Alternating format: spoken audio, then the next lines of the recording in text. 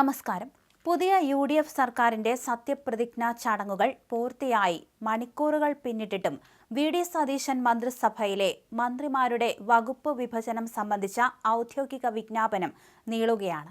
സുപ്രധാനമായ ചില വകുപ്പുകളെ ചൊല്ലി കോൺഗ്രസിനും മുസ്ലിം ലീഗിനുമിടയിൽ ഇപ്പോഴും ശക്തമായ തർക്കങ്ങൾ നിലനിൽക്കുന്നതാണ് പട്ടിക ലോക് ഭവന് കൈമാറുന്നതിന് തടസ്സമായിരിക്കുന്നത്. ലീഗിന് ഫിഷറീസ് വകുപ്പ് വിട്ടു നൽകുന്നതുമായി ബന്ധപ്പെട്ടാണ് കോൺഗ്രസിനുള്ളിൽ പ്രധാനമായും എതിർപ്പുകൾ ഉയർന്നിട്ടുള്ളത്. കേരളത്തിലെ തീരദേശ മേഖലകളിൽ, പ്രത്യേകിച്ച് ലത്തീൻ സഭ ഉൾപ്പെടെയുള്ള തീരദേശ സമൂഹങ്ങളിൽ നിന്ന് ഉയർന്നേക്കാവുന്ന രാഷ്ട്രീയ പ്രതിഷേധങ്ങൾ കണക്കിലെടുത്ത് ഫിഷറീസ് വകുപ്പ് കോൺഗ്രസ് തന്നെ കൈവശം വെക്കണമെന്നാണ് പാർട്ടിയിലെ ഒരു വിഭാഗം നേതാക്കളുടെ ശക്തമായ ആവശ്യം. എന്നാൽ നേരത്തെ ലീഗ് നോട്ടമിട്ടിരുന്ന ഉന്നത വിദ്യാഭ്യാസ വകുപ്പ് കോൺഗ്രസ് ഏറ്റെടുക്കുകയാണെങ്കിൽ പകരം ഫിഷറീസ് വകുപ്പ് തങ്ങൾക്ക് വേണമെന്ന വിട്ടുവീഴ്ചയില്ലാത്ത നിലപാടാണ് മുസ്ലിം ലീഗ് സ്വീകരിച്ചിരിക്കുന്നത്. ഉന്നത വിദ്യാഭ്യാസ വകുപ്പ് യുവ നേതാവ് റോജി M. ജോണിന് നൽകാനായിരുന്നു കോൺഗ്രസ് ഉന്നതാധികാര സമിതിയിൽ ധാരണയായിരുന്നത്. ഈ സാഹചര്യത്തിലാണ് ലീഗ് ഫിഷറീസ് വകുപ്പിനായി കടുത്ത സമ്മർദ്ദം ചെലുത്തുന്നത്.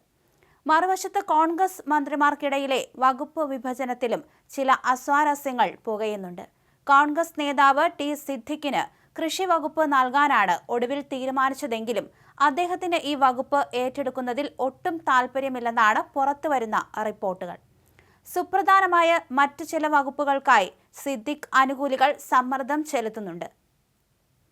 മുന്നണിയിലെയും പാർട്ടിയിലെയും ഇത്തരം ആഭ്യന്തര തർക്കങ്ങളൊക്കെ പരിഹരിച്ച് സമവായത്തിലെത്താൻ മുഖ്യമന്ത്രി VD സതീശന്റെ നേതൃത്വത്തിൽ അണിയറയിൽ തീവ്രമായ ശ്രമങ്ങൾ നടക്കുന്നുണ്ടെങ്കിലും വകുപ്പുകളുടെ കാര്യത്തിൽ അന്തിമ തീരുമാനമാകാത്തതിനാൽ ലോക് ഭവനിൽ നിന്നുള്ള ഔദ്യോഗിക വിജ്ഞാപനം വൈകുകയാണ്.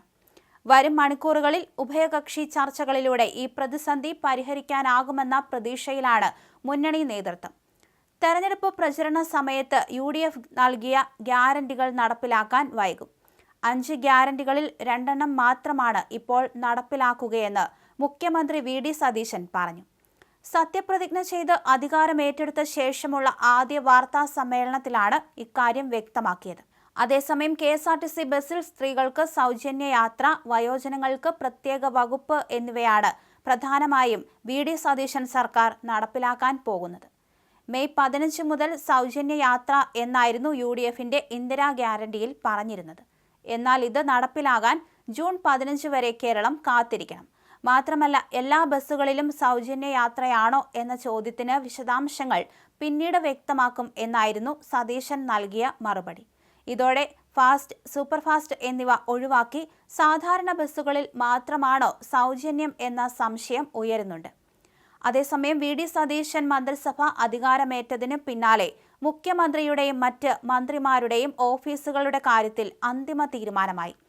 സെക്രട്ടേറിയറ്റിലെയും വിവിധ അനെക്സ് മന്ദിരങ്ങളിലെയും വ്യത്യസ്ത ബ്ലോക്കുകളിലായാണ് പുതിയ ഭരണസാരഥികളുടെ ഓഫീസ് ക്രമീകരിച്ചിരിക്കുന്നത്.